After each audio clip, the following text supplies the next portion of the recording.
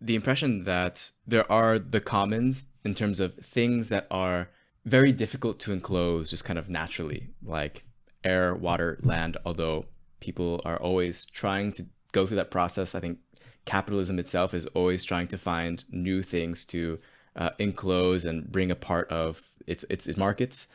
But, in terms of like the whole of what is possible to be a commons, essentially almost anything is possible to be a commons. It's just whether or not you have the social intent and the social structures to kind of allow that to happen for it to be in common use rather than for solely private use, for example. Yes, if we were to create the agreements of what a commons would be, I think that is what your name is important about the common use. And I would also say commons accountability and responsibility.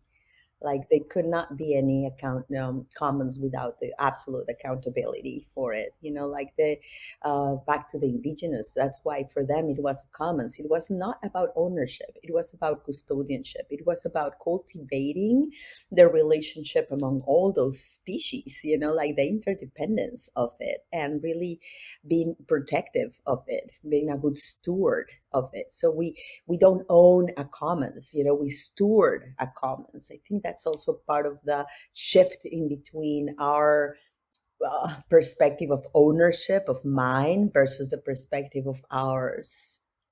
And so in meta currency we have one principle that is called get mine, grow ours.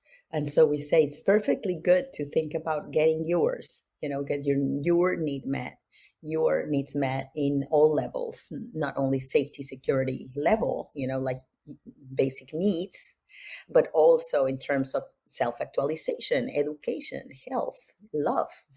Um, and then get mine, grow ours. So it's perfectly good to get mine as long as you're conscious that it has to grow ours. If you're not growing ours, then you're being extractive. If you're Sure, being yeah. extractive, you're being colonizing, and so forth, so forth.